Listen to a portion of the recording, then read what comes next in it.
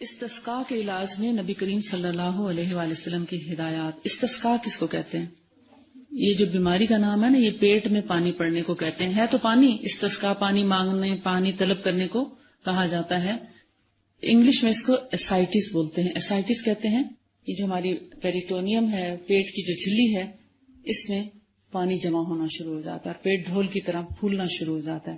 Basically liver اور kidneys کا function جو ہے وہ سلو ہو جاتا ہے، اور آہستہ آہستہ وہ جو کڈنیز ہیں چونکہ اس پانی کو فلٹر کر کے جسم سے باہر پھینکنے کے ناقابل ہو جاتے ہیں، لہٰذا وہ پانی جسم میں بھرنا شروع ہو جاتا ہے، اور پہلے تو پیٹ ہی پھولتا ہے، پھر آہستہ آہستہ پوری باڈی جو ہے وہ پھولنا شروع ہو جاتی ہے.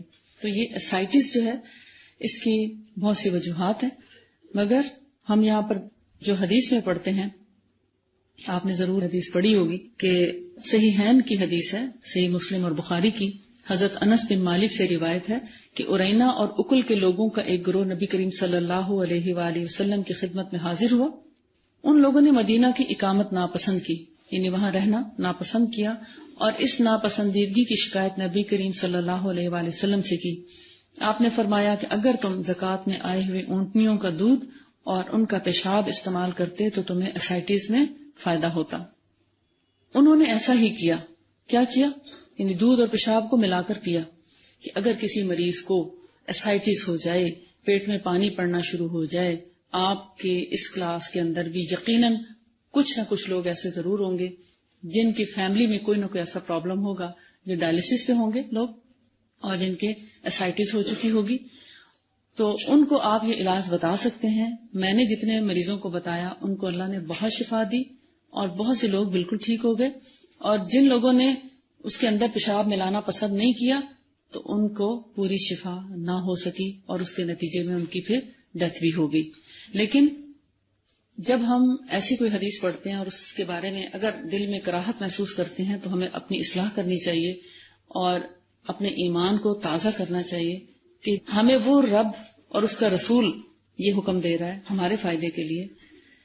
آپ کو چونکہ ڈائریکٹ پتہ چل رہا ہے کہ ایک دودھ کے اندر پیشاب ڈال کے پینا یا پلانا ہے ایک بیماری کا علاج، لیکن آپ بہت سی دوائیاں ایسی کھاتے ہیں جن کے اندر سانپوں کے زہر موجود ہوتے ہیں، بہت سے ٹرنکلائزرز ایسے موجود ہیں، بہت سی دوائیں ایسی ہیں جن کے اندر سور کی چربی موجود ہے یا سور کے ہارمونز موجود ہیں پگ کے، اور بہت سی ایسی دوائیں ہیں جن کے اندر بڑی ہی ناپاک چیزیں موجود ہیں، لیکن چونکہ آپ کو پتہ نہیں اس لیے آپ ان کو ایز اٹ از استعمال کرتے ہیں. اب یہ چونکہ آپ کو ڈائریکٹ پتہ چل رہا ہے اس لیے دل نہیں مان رہا. آپ نے پڑھا ہوگا جتنے حلال جانور ہیں اللہ تعالیٰ نے ان کی ہر چیز حلال کی ہے، ایسے ہی سوائے خون کے. پڑھا ہے نا آپ نے کہ ان کے ناخن، ان کے بال، ان کے جلد، ان کے پیشاب، ان کا پخانہ، وہ سب پاک ہے. تو جب ایسا ہے تو پھر ہمیں اللہ اور اس کے رسول کے فرمان پر مطمئن ہونا چاہیے اور اس چیز کے استعمال کرنے میں کبھی کراہت نہیں آنی چاہیے. یہ ایمان کی کمزوری کی نشانی ہے. اب آپ اس لیسن کے اندر جتنے اونٹنی کے دودھ کے فائدے ہیں وہ آپ پڑھ کے آئیے اور پھر آپ بتائیے کہ آپ کو ان میں سے کس چیز نے یعنی اس بات پر آپ کے دل کو مائل کیا کہ ہاں جو اللہ کے رسول کا حکم ہے وہ ہم من و عن تسلیم کرنے کے لیے تیار ہیں. اور اللہ تعالیٰ آپ سب کو اس چیز کی توفیق عطا فرمائے کہ جو اللہ اور اس کا رسول ہمیں دیں اس کو بڑی خوشی سے قبول کر لیں، کیونکہ اس کے بغیر دنیا میں کوئی اس سے بہتر علاج نہیں ہے. اگرچہ علاج تو بہت سے ہیں مگر اس سے اچھا علاج نہیں ہے کہ فوری مریض کو افاقہ ہوتا ہے. اصل میں جو اونٹنی کا دودھ ہے اس میں یہ صلاحیت پائی جاتی ہے کہ وہ جسم کے اندر کی جتنی رکاوٹیں ہیں، جتنے گندے مادے اندر جسم میں موجود ہوتے ہیں ان سب کو بہت اچھی طریقے سے خارج کرتا ہے. ہمارے لیور کے سدے، ہمارے آنتوں کے سدے، ہمارے جتنی یعنی اندر جسم کے رکاوٹیں پائی جاتی ہیں جس کی وجہ سے آہستہ آہستہ بلاکیجز شروع ہوتی ہیں اور پانی جمع ہونا شروع ہو جاتا ہے، ان سب چیزوں کو خارج کرتا ہے. کھل کے حاجت ہوتی ہے، پیشاب کھل کے آتا ہے اونٹنی کے دودھ سے، پخانہ کھل کے آتا ہے اور جسم ڈیٹاکسیفائی ہو جاتا ہے جس سے ہمیں شفا ہو جاتی ہے. کل مجھے کسی نے آج کے دور میں معجزہ بتایا، دودھ کی بات چلی تو میں آپ کو بتا دوں کہ ایک اور جگہ میں نے آپ کو بتایا تھا نیول کمپلیکس میں میری آج کل کلاسز ہو رہی ہیں، وہاں پر جب ہم نے استسقاء کے بارے میں پڑھا تو کچھ خواتین ایسی تھیں جن کے گھروں میں ایسے اسائٹس کے پرابلم تھے، پیٹ میں پانی پڑنا جس کو بولتے ہیں. ایک خاتون تھی جن کے بچے کے پیٹ میں بہت سا پانی جمع ہو چکا تھا، 11 سال کا بچہ تھا. اس کے پیشاب کی نالی میں کوئی بلاکیج ہو گئی تھی کہ یورین نیچے نہیں اترتا تھا. ڈاکٹرز نے سوچا اس کو ڈرپس لگاتے ہیں تاکہ پریشر پڑے تو نالی کھل جائے. اس بیچارے کو 6 ڈرپس لگ گئیں لیکن اس کو یورین نہیں آیا اور پیٹ ایسے تھا جیسے پھٹنے والا ہو گیا. وہ سارا پانی اس کے پیٹ کی جھلی میں آ گیا. بائی چانس اسی دن اس نے وہ سنا اور اللہ نے اس پر رحمت کر دی. اس نے پورے یقین کے ساتھ وہ عمل کیا جو میں نے آپ کو بتایا تھا کہ دودھ اور پیشاب ملا کر اگر اونٹنی کا دیا جائے تو پیٹ کے پانی نکلنے میں بڑا مفید ہے. تو اس نے پورے یقین، کیونکہ اب دیکھیں اس کو کچھ نظر نہیں آ رہا تھا، یا موت اور یا پھر کہ میں اس کو اگر پیشاب پلا دوں تو کیا حرج ہے، اگر رسول اللہ نے فرمایا تو صحیح فرمایا. دودھ اور پیشاب اس بچے کو ملا کر پلایا گیا. اس بچے نے جیسے دودھ کا گلاس ختم کر کے ابھی رکھا تھا تو کہتا ہے میں نے باتھ روم جانا ہے.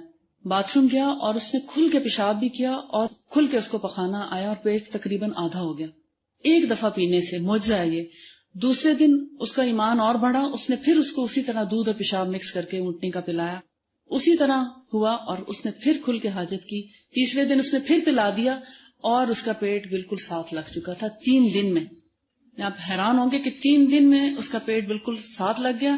چوتھے دن جب وہ ڈاکٹر کے پاس گئی اس نے کہا کہ اب آپ دیکھیں بچے کا. اس نے سارے ٹیسٹ کروائے، ٹیسٹ سارے کلیئر آئے. اب دیکھیں ہم تو یہی سوچتے رہتے ہیں اچھا پیشاب کیسے مکس کر کے پلائیں. جب اللہ اور اس کے رسول نے ہمارے لیے حلال جانوروں کی ہر چیز حلال کر دی سوائے خون کے، تو اس کے استعمال میں کبھی بھی شک اور شبہ نہیں کرنا چاہیے اور دیر بھی نہیں کرنی چاہیے. آپ کے آس پاس جتنے مریض ہیں ان کی جان بچائیں، ان کو یہ میسج پہنچائیں. اور اس دن سے وہ مجھے دعائیں دے رہی ہے. حالانکہ دعا کس کو دینی چاہیے؟ رسول اللہ صلی اللہ علیہ وسلم جو رحمت للعالمین. اس کو پتا چلا ہوگا کہ رسول اللہ کتنے زبردست رحمت لے کر آئے اس کے لیے. ہم اور آپ اتنا اندازہ نہیں کر سکتے. جس کے بچے کی جان بچی ہے وہی اندازہ کر سکتا ہے کہ آج اس کو کتنی رحمت پہنچی رسول اللہ کی وجہ سے. اور کیوں پہنچی؟ کہ وہ ایمان لائی، اس نے تصدیق بھی کی عمل سے. تو ہم بھی اگر اس طریقے سے ان سنتوں کو فالو کریں تو انشاءاللہ ہم بھی اپنے آپ میں اور اپنے گھروں میں رحمت محسوس کریں گے. جی، اونٹنی کا دودھ اور تازہ بغیر ابالے کچا دودھ، وہیں جائیں وہیں دودھ نکلوائیں. باڑے میں چلے جائیں تو آپ کو ہر چیز فوری اویلیبل ہوتی ہے. اگر یہاں باڑے نہیں تو میٹرو کے پاس اونٹ کافی چلتے پھرتے نظر آتے ہیں. اور میں اکثر ایسے مریضوں کو جن کو اس قسم کے پرابلمز ہوں مسنون چیزوں میں سے بتاتی رہتی ہوں اور وہ مجھے آ کر اس کے ریزلٹس بھی بتاتے رہتے ہیں. یہ صرف آپ کو ایمان دلانے کے لیے آج کے دور میں معجزہ، یعنی ریسنٹلی اسی ہفتے کی بات ہے. اور اللہ تعالیٰ نے ان کے لیے اگر اتنا فضل کیا تو اگر آپ بھی اپنے گھر میں یا اپنے آس پاس اپنے رشتے داروں میں اپنے دوست احباب میں کسی کے ساتھ اگر پرابلم ہے تو ان سنتوں کو پھیلائیں. اس سے لوگ اور دین کے قریب آئیں گے برابر مقدار میں. اور فریش رکھی بھی نہ ہو، کوشش کریں کہ وہیں جا کر پلائیں. کیونکہ دودھ زیادہ دیر تک کچا رکھا جائے تو اس کے اندر بیکٹیریا جراثیم آ جاتے ہیں.